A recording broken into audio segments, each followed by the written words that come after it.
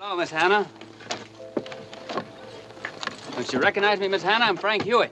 I don't recognize no traitors. The world celebrated Audie Murphy as one of the most decorated heroes of World War II.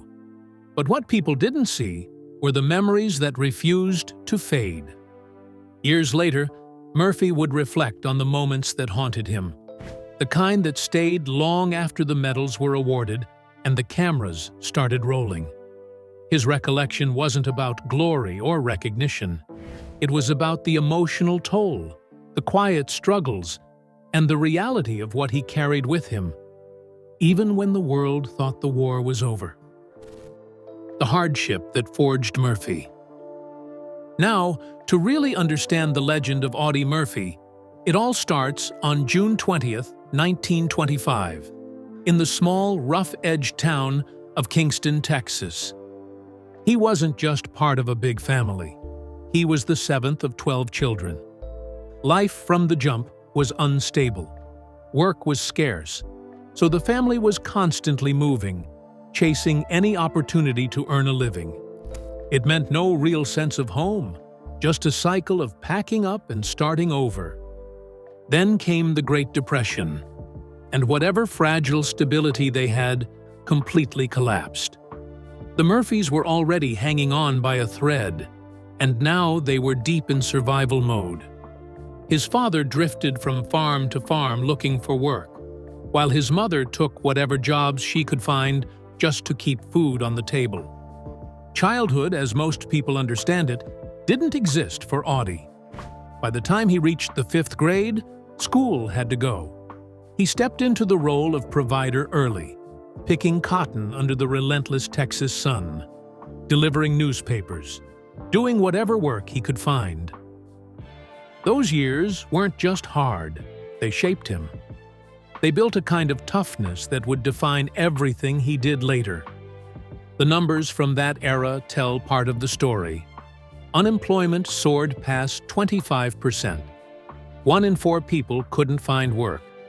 Families lost everything, not because of bad decisions, but because the system itself collapsed.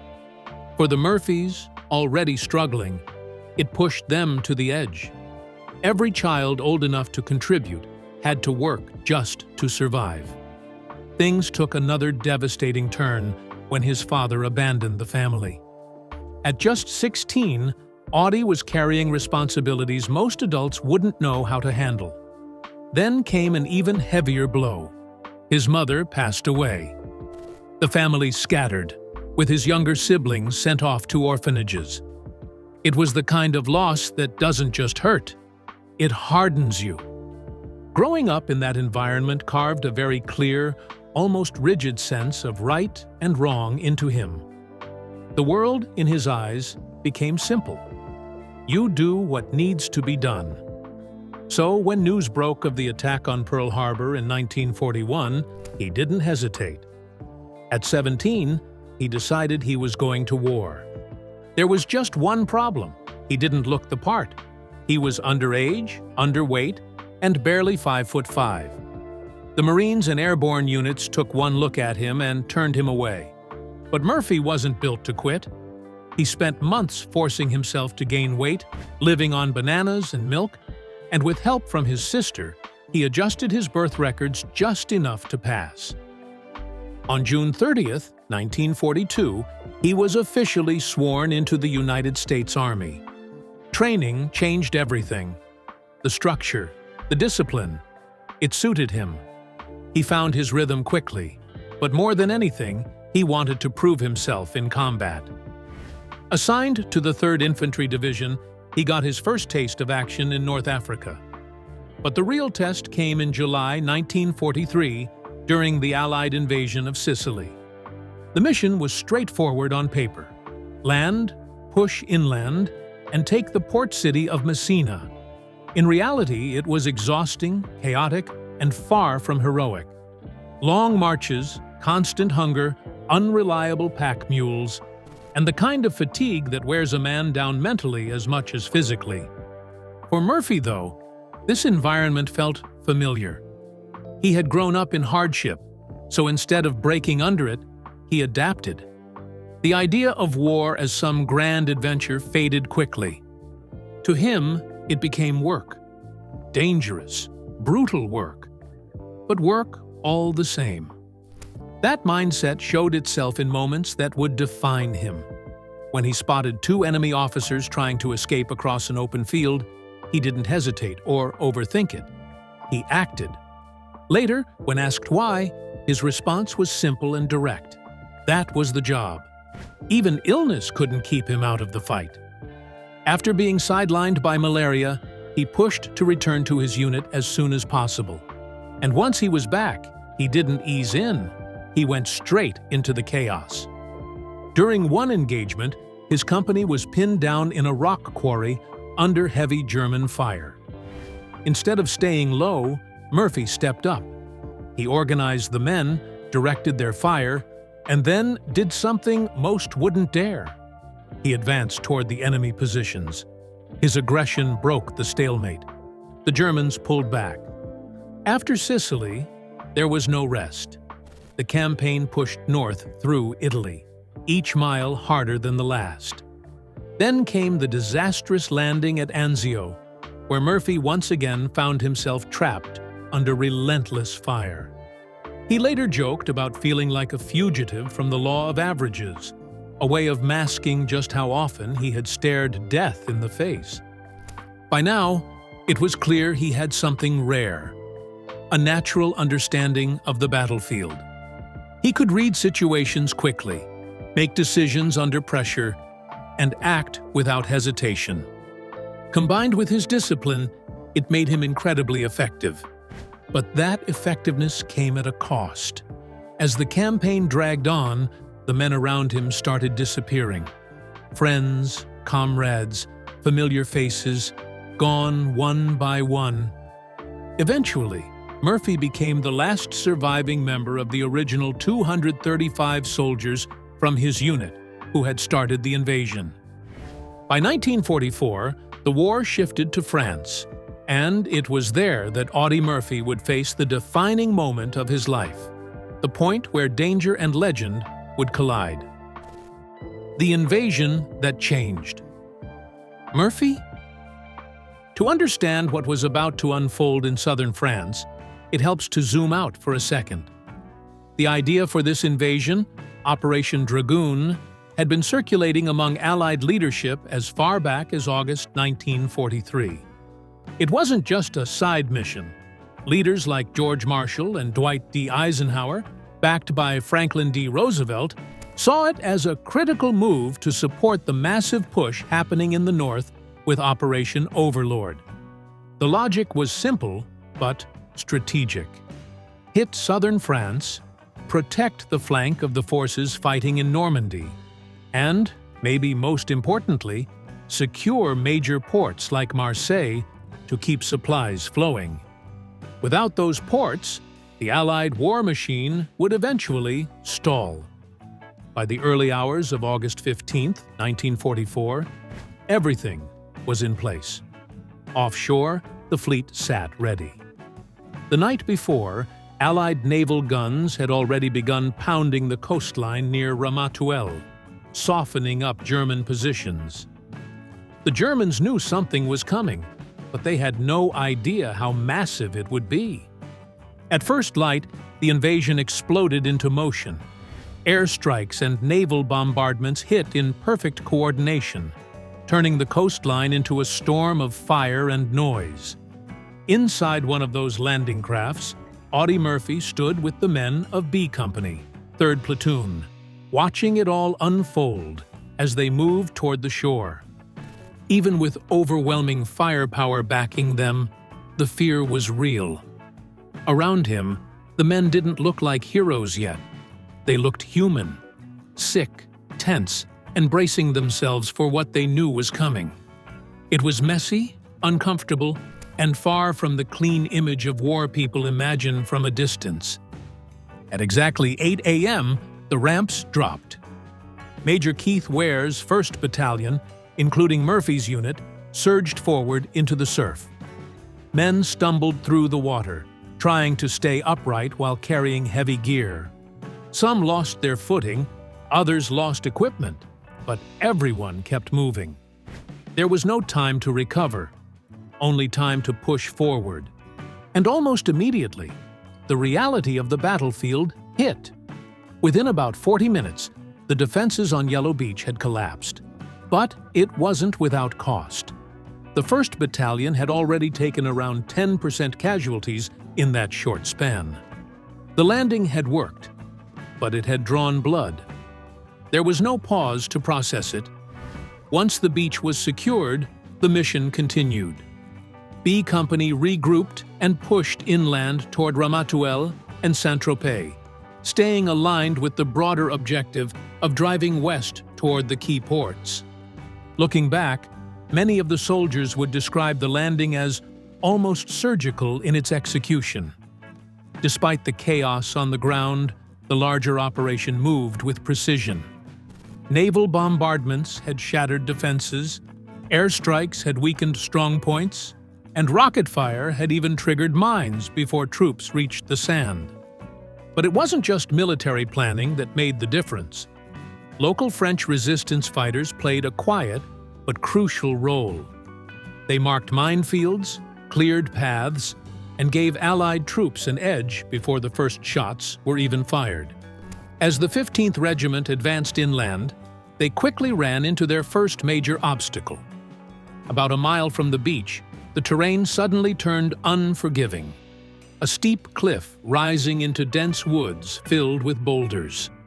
At the top sat a heavily fortified German position, a reinforced concrete pillbox with a coastal gun aimed directly at the beachhead. The French underground had already warned about it. This wasn't just another position. It was a strong point, built to hold. And it sat directly in the path of the American advance. There was no way around it. The only option was straight through. That responsibility fell to the 1st Battalion. And at the front of that push was B Company. By 10 a.m., the assault on what the men called Pillbox Hill was underway. This wasn't open ground or an easy climb. It was a steep, punishing slope choked with thick brush, scrub oaks, and scattered boulders. Visibility was almost non-existent, which made it the perfect hunting ground for hidden snipers and machine gun crews waiting for movement. The 1st Battalion moved in from the coastal side, trying to press into the enemy's right flank and break their hold. As they advanced through a vineyard, the tension snapped. At roughly 250 yards from the hill, German fire erupted. Machine guns and rifles lit up the landscape, forcing the men to drop instantly. Every movement drew fire. Staying still meant survival, at least for a moment. Trying to crawl forward meant risking everything. The entire advance stalled under the pressure. That was the moment Audie Murphy decided to act. He ordered his 3rd platoon to stay down and hold position. Then he moved out alone. With the rest of B Company shifting to provide covering fire, Murphy began pulling himself up the hill. He carried only an M1 carbine and a supply of grenades. It wasn't much, considering what he was heading into. Almost immediately, the Germans spotted him. Fire snapped over his head, forcing him into a shallow ditch that ran alongside a strip of thick cane leading uphill. It became his only path forward. Up ahead, a German machine gun team had built a near-perfect killing position beneath a cork tree. They had cleared the brush in front of them, creating a clean field of fire across the vineyard below. From that single position, they could lock down the entire approach. Murphy studied it carefully. 2 helmets barely visible above the weapon. 3 more soldiers feeding ammunition and firing rifles from low positions. It was more than a defensive point. It was a wall. He knew he couldn't take it out with what he had, so he slipped back down the slope, heading out to find heavier firepower. On his way, the chaos tightened. Rounding a bend, he came face to face with 2 German soldiers. There was no hesitation. He fired first and dropped both of them before they could react. In that kind of environment, Even a second of indecision was fatal. Pressing on, he reached the edge of a wooded area where more German troops were dug into foxholes.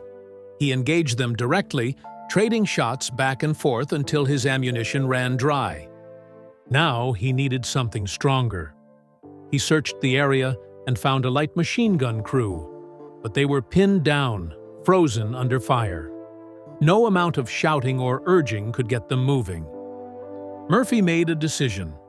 If one man could do the job, there was no reason to risk more lives. He took the machine gun himself, dragged it into position in an exposed patch of ground about 150 yards from the enemy, and set it up. From the outside, it looked like a death sentence, but Murphy understood the terrain. Positioned downhill, he could press his body flat against the earth while firing upward.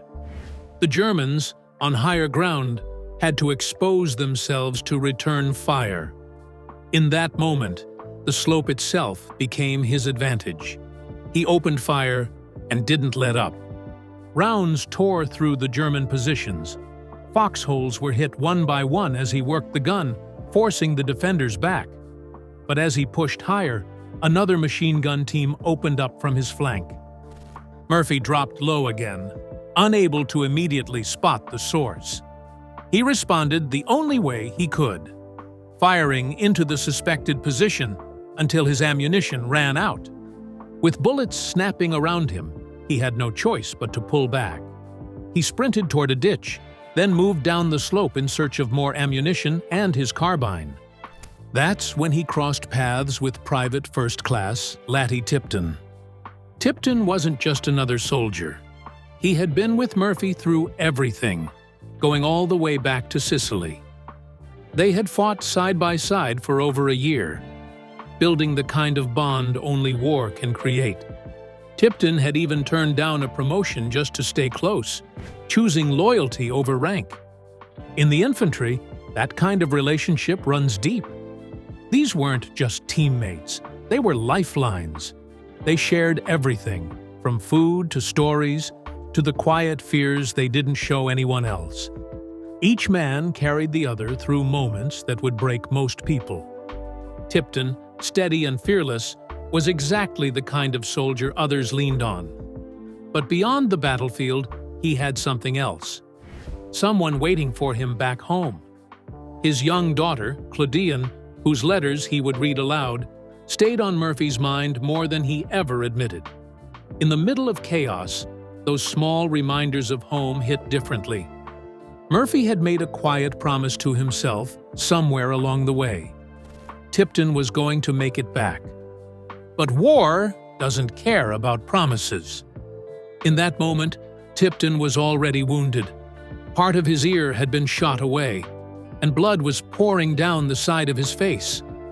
Despite that, he kept moving forward, determined to reach Murphy. The others tried to send him back, but he refused. He pushed on, brushing it off like it was nothing. Murphy saw it differently. A wounded man, a father, still heading into the fight. It didn't sit right with him. He needed Tipton out of there. But Tipton wasn't backing down. As Audie Murphy moved out again, he quickly realized he wasn't alone. Laddie Tipton was right behind him, refusing to fall back. Murphy wasn't happy about it. He knew Tipton was already wounded, but it was clear there was no turning him around. So the two of them pressed forward together, staying low as they worked their way back toward the ditch. The calm didn't last long. Two German soldiers suddenly burst out of the canebrake and opened fire. Tipton reacted instantly, turning toward the flashes and firing twice. Both enemy soldiers dropped before they could adjust. The deeper they pushed, the more intense it got. The air filled with grenades and automatic fire, bullets snapping past from every direction. Somehow, against all odds, they kept moving, slipping through the chaos untouched. Then they spotted it. A German machine gun dug in near a cork tree on a small rise. Without waiting, they charged straight at it. Their carbines cut through the position, dropping the crew before they had a chance to react. They dove into the foxhole just as another gun opened up nearby. From their position, it became clear they had just stepped into another kill zone. A second machine gun had them lined up, rounds slicing overhead. But Murphy noticed something critical. The fire was passing just above them. As long as they stayed pressed to the ground, they had a narrow margin of safety. They didn't waste it. Grenades went out first, followed by a burst of rifle fire. The position fell silent. Moments later, a white cloth appeared, signaling surrender. Tipton saw it as an opportunity. Murphy saw it as a trap.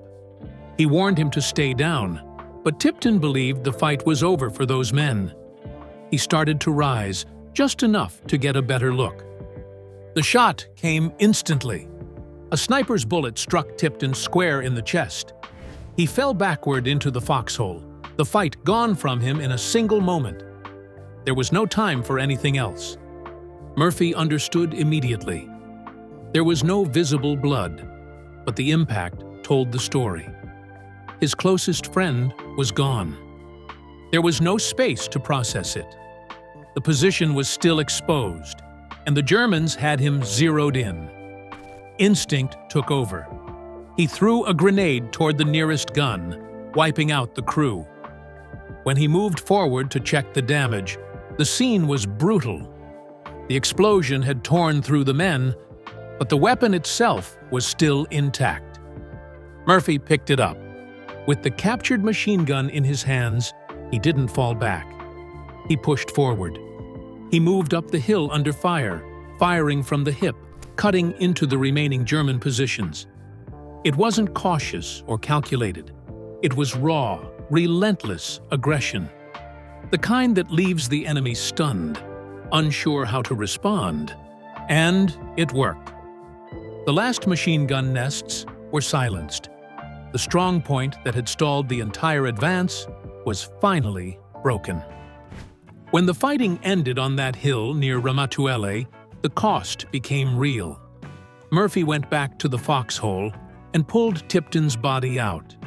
He carried him to the shade of a cork tree, laying him down carefully, trying to give him some measure of peace in the middle of chaos. Then he found a photograph, Tipton's daughter. That was the moment it hit. For all the battles he had fought, all the losses he had seen, this one cut deeper. The man who had stood beside him through everything was gone. And for once, Murphy couldn't hold it in. For his actions on that hill, he was awarded the Distinguished Service Cross, the second highest honor for valor.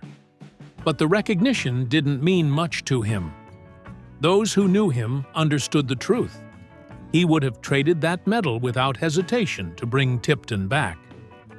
As the war pushed forward, Murphy kept moving with his unit. But something had changed. The losses were piling up, faces disappearing faster than he could remember them. To cope, he began to shut down emotionally, focusing only on the mission in front of him. By October 1944, he had been promoted to sergeant, but even experience didn't make him immune to mistakes. That month, he led his men into 2 separate ambushes. In the first, his unit was pinned down with no clear way out. Murphy broke the stalemate himself, circling around the enemy position alone and eliminating the threat. The second was even more dangerous. Under heavy fire, he crawled forward to locate the enemy, then stayed exposed long enough to direct artillery onto their exact position. It was a calculated risk that paid off. For those actions, he received the Silver Star with an oak leaf cluster. By now, his reputation was growing. He wasn't just another soldier. He was becoming something more. Still, he resisted the idea of becoming an officer. When offered a battlefield commission, he turned it down more than once. Part of it was practical. He worried his limited formal education would make the administrative side difficult. But more than that, he didn't want to leave his men. Officers were often reassigned, and he had no interest in starting over somewhere else. Eventually, the Army made adjustments. They reduced the administrative burden and ensured he would remain with his company. That made the difference. Murphy accepted. Now, a second lieutenant, he found himself responsible for 120 men. Even though he tried to keep emotional distance, leadership made that nearly impossible. The responsibility pulled him closer, whether he wanted it or not. By this stage of the war, he was already one of the most decorated soldiers in the United States Army. He had fought across multiple campaigns, survived relentless combat, and carried the weight of losing those closest to him. But even after everything he had endured, the hardest test of his life was still ahead. One man against impossible odds. January 1945. The Colmar Pocket is locked in one of the harshest winters imaginable, and the 3rd Infantry Division is pushing through the frozen woods near Colmar, France. Calling it winter almost feels like an understatement. The cold wasn't just uncomfortable, it was brutal, relentless, the kind that made the ground itself feel like iron. The wind cut through everything, and the snow piled so deep and hard that digging into it became a battle on its own. Audie Murphy would later describe that night as endless, a stretch of darkness where even the simplest task turned into punishment. The sound of tools striking the frozen earth didn't feel normal. It echoed in his head like a wild, frantic rhythm. That's the kind of environment they were fighting in before a single shot was even fired. Then everything started to fall apart. Not long into the advance, Murphy's commanding officer was hit. Just like that, responsibility shifted. Murphy wasn't easing into leadership. He was thrown into it. And what he inherited barely resembled a unit anymore. Out of 120 men, only 18 were still able to fight. Everyone else was either dead or wounded. The company had been torn down to its bones.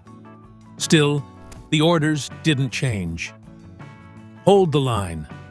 After hours of hacking at frozen ground, they managed to carve out defensive positions. 2 M10 tank destroyers eventually rolled in, offering a small sense of backup. But the reinforcements they were expecting never arrived. So it came down to 18 exhausted soldiers and 2 armored vehicles, sitting in silence, waiting for whatever was coming next. Morning broke on January 26th, and the woods started to move. At first, it was just shapes in the fog. Then the mist began to lift, and the full picture came into focus. Over 200 German infantrymen pushing forward, backed by 6 Tiger I tank. Massive, heavily armored machines built to dominate the battlefield. The numbers alone didn't make sense. 18 men against 200. That's already overwhelming. But those tanks changed everything. A single Tiger was a problem. 6 of them turned the situation into something close to impossible. And yet, this wasn't theory. This was happening in real time. The American tank destroyers opened fire first, but it quickly became clear they weren't making a dent. Within 30 minutes, both vehicles were burning wrecks. The last bit of armor support was gone. Murphy got on the radio and called in artillery, feeding coordinates as the German line advanced. Shells began to fall, tearing into the infantry, but the tanks kept moving. Direct hits didn't stop them. The rounds bounced or glanced off, barely slowing them down. The situation was collapsing fast. Murphy looked at the map, read the moment for what it was, and made a decision. He ordered his remaining men to pull back into the woods. It wasn't a suggestion, it was an order. They hesitated, but they followed it. One by one they disappeared into the trees, leaving Murphy alone at the front. Now it was just him. The German force kept closing in.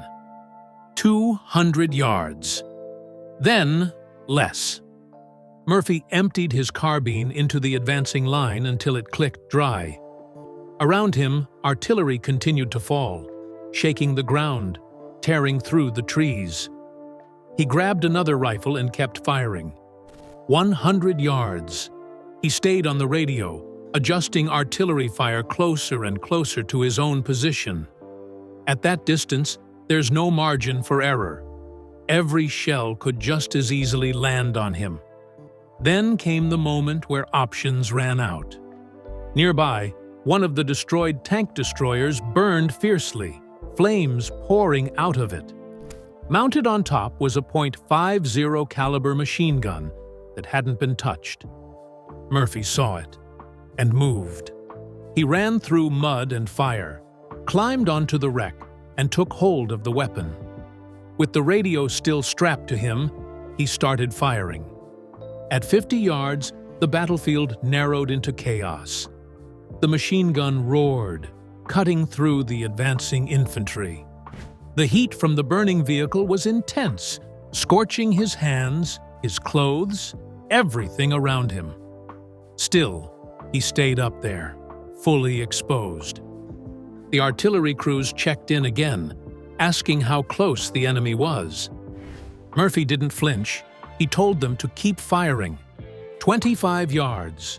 German infantry, tanks, and artillery all focused on that single position. From their perspective, it had to look like a full defensive line. But it wasn't. It was just one man holding everything together. 10 yards. Now, it was point blank. Murphy switched to grenades, throwing everything he had left into the advancing line. The artillery fire became so intense that even the tanks hesitated, grinding to a halt under the barrage. Then, the gun ran dry. For a moment, everything hung in the balance. Smoke, fire, shattered trees. And then something unexpected happened. The German infantry began to pull back. And then, even more surprising, the tanks followed. Murphy would later admit he never fully understood why. With the machine gun silent and the tank destroyer on the verge of exploding, he jumped down and ran back toward his men. Seconds later, the vehicle detonated in a massive blast, the force throwing him to the ground. But he got back up. He regrouped with his unit and led them back into the fight. For what happened that day, Murphy received the Medal of Honor on June 2, 1945. By then, he had become the most decorated American soldier of World War II. Over 400 days in combat across Sicily, Italy, France, and Germany. 28 medals and citations. Hundreds of enemy soldiers killed, wounded, or captured. And somehow, he was still too young to vote. When he returned home, the country treated him like a symbol. Parades, headlines, attention everywhere. But that chapter didn't last forever. A different opportunity came knocking, not on a battlefield, but in Hollywood. After appearing on the cover of Life magazine in 1945, Murphy caught the attention of James Cagney. Cagney saw something in him and offered a contract, bringing him into the film world and setting him up with acting lessons. The transition wasn't smooth. Murphy's first role in Beyond Glory was small, just a few lines. He later joked that even that felt like too much. Acting didn't come naturally to him. It was a completely different kind of pressure, one that didn't play to his instincts. Still, he kept going. He built experience, took on more roles, and slowly found his footing. When Universal acquired the rights to his memoir, To Hell and Back, the plan was simple: turn it into a film. Murphy himself suggested someone else, Tony Curtis, to play the lead. The studio had other ideas. They wanted the real story, told by the man who lived it. Murphy eventually agreed, stepping into his own past for the 1955 film To Hell and Back. It was a strange experience, reliving moments that had once been life or death. One second, he was back in a foxhole. The next, everything stopped because of something as ordinary as a director calling cut. Despite that surreal contrast, the film connected with audiences. It became a massive success, Universal's biggest film for nearly 20 years, only surpassed when Jaws arrived in 1975. Murphy went on to appear in more than 40 films, mostly war stories and westerns. He even took on television, starring in Whispering Smith. At times, he found roles that fit him naturally, and in those moments, his performances worked. But overall, Hollywood never fully felt like home. There was always a sense that he didn't completely belong in that world. After 2 decades, he stepped away from acting. The spotlight, the expectations, the constant shift between reality and performance, it all added up. Because for someone who had already lived through real war, everything else could feel like something less than real. And even after surviving the battlefield and conquering Hollywood, the hardest part of his story was still waiting. Audie Murphy emotionally recalls the World War II that gave him PTSD. Even at the height of his fame, standing under bright studio lights and recreating the very moments that made him a legend, Audie Murphy never really left the battlefield. What he carried home from the war didn't fade when the shooting stopped. During his time in the Army, he had lived through some of the most violent fighting of World War II. He had been wounded multiple times, battled illnesses like malaria, and endured the kind of conditions that pushed the human body to its limits. But the physical scars were only part of it. He had taken lives in combat, and just as painfully, he had watched friends lose theirs, often right beside him. Back then, people didn't have the language to explain what that kind of experience does to someone. Terms like shell shock or battle fatigue were thrown around, but they barely scratched the surface. Today, it's understood as post-traumatic stress disorder, and by all accounts, Murphy lived with it for the rest of his life. The problem was, no one around him fully understood what they were seeing. To those close to him, his behavior could seem unpredictable or extreme. He slept with a loaded gun within reach. He took big risks with money. Gambling became a constant presence in his life. At the time, people didn't connect those patterns to trauma. They just saw a man who couldn't settle down. Murphy himself knew something wasn't right, but he came from a generation that didn't talk about those things. Strength meant keeping it in, pushing through, and carrying on no matter the cost. So he did exactly that, even as the weight followed him from one chapter of life to the next. The transition from war to Hollywood only made that contrast sharper. One moment, he had been living in a world where everything was real and immediate. The next, he was stepping onto film sets, asked to pretend, to recreate, to perform. For someone grounded in reality the way he was, that shift never sat comfortably. There was a sincerity about him that didn't quite align with the illusion of acting. Beneath the surface, it seemed to bother him. This idea of stepping into roles when he had already lived through something far more intense than anything a script could offer. When the subject of survival came up, his outlook reflected that weight. War, to him, wasn't something a person simply walked away from. Over time, the pressure found its outlets. He became dependent on sleeping pills, trying to quiet a mind that wouldn't fully rest. Gambling turned into both escape and risk, and a series of poor financial decisions only made things worse. By 1968, the situation had spiraled far enough that he was forced to declare bankruptcy. Then came the final turn in his story. In May of 1971, Murphy boarded a small twin-engine plane with 5 other men. The trip was tied to a business opportunity, another attempt to rebuild financially, but they never reached their destination. The aircraft crashed into Brush Mountain near Roanoke, Virginia, killing everyone on board. He was just 45 years old. In that short span of time, Murphy had lived through extremes most people never come close to experiencing. A childhood marked by poverty. A war that turned him into one of the most decorated soldiers in American history. A Hollywood career that made him a recognizable face across the country. Today, he is laid to rest with full honors at Arlington National Cemetery.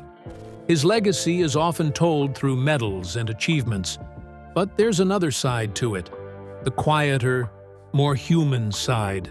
A man who never fully escaped what he had been through, and who carried it with him long after the war ended.